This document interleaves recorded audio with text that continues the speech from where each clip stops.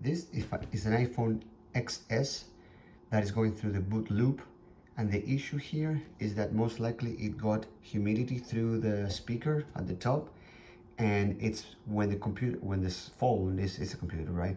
It's trying to boot, it's checking for all the components that are fine, and when it asks the speaker, are you okay there? No, it's not. So it says no, reboot, and it keeps rebooting. So I'll show you how to open this, disconnect that cable, and at least make it boot so you can make a backup out of it. If you want to fix it, fine, but at least you can make a backup so you can restore it on a new phone if you want to. What you're gonna need here is this to pry the screen out, a suction cup that some kits bring this. Now here's the part. You're gonna need I think it's this one. No, I have one like this.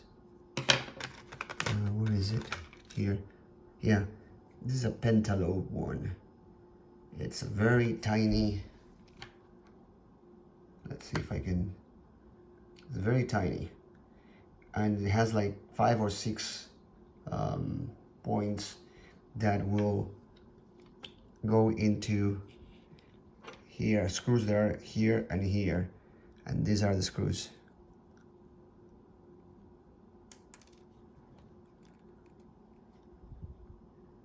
Here they are. And that is not a Phillips, that is not nothing. Like, it's gonna need this one, pentalobe it's called. And then you're gonna need another one that is like triangle. It's called Y, and I think it's Y double or 000. This one specifically says that symbol is like a Y, and then it says 0.625 millimeters, and this will fit it perfectly with super tiny screws. Like, here it is, and that is a like you know, like a Mercedes-Benz.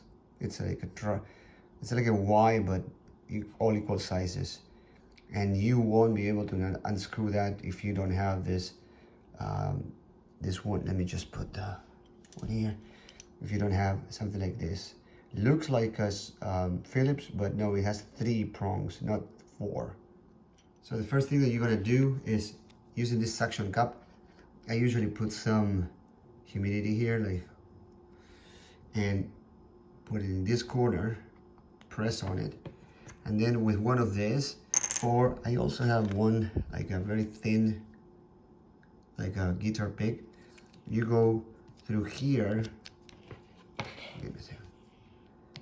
on the side, just go in there, you pry through it, and once you got your wedge in, you start moving it to remove all the adhesive on the sides, and you go all the way around on all sides. And once you have, and it's going to be a lot easier if you're pulling this upwards when you're trying to pry in. And once you have it, this is how it looks. You will find this one on top of that, and you will have those Y screws are going to be 1, 2, 3, and 4. This is a Phillips one, so it's going to be easier.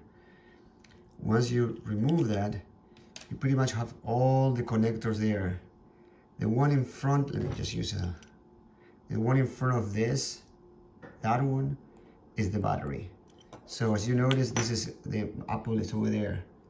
If I remove that, the phone is dead now. It doesn't have battery. It won't boot anymore.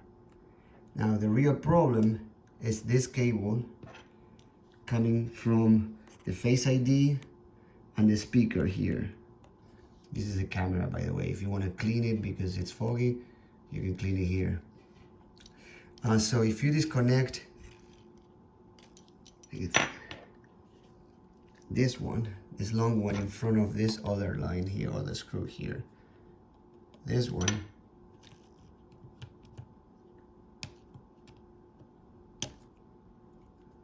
now this thing is loose. You would say, well, it won't work. That's exactly what I thought when I started trying this, and lo and behold, I was freaking out because I couldn't make a backup. So now this is still connected, if you can see here, still connected with this cable, which is the touch screen. So the touch screen will still work. You can leave it like this, and now try to turn it on. I am keeping this button, this one, press until the Apple logo comes up. Oh, damn it, I forgot to connect the battery back. That's a good one to learn. So let's put it back. There it is. I felt it click. Yep. So let's try it again.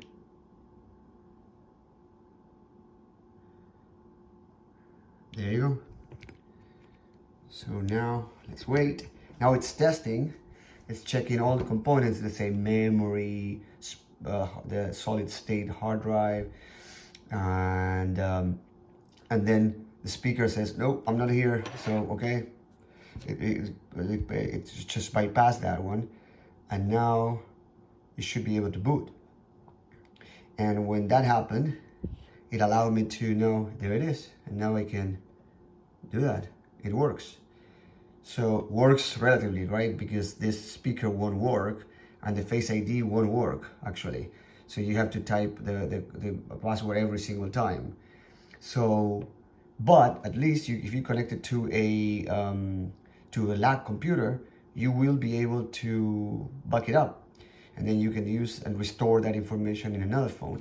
Now, if you want to fix this one, you can get this part with that cable and replace this section.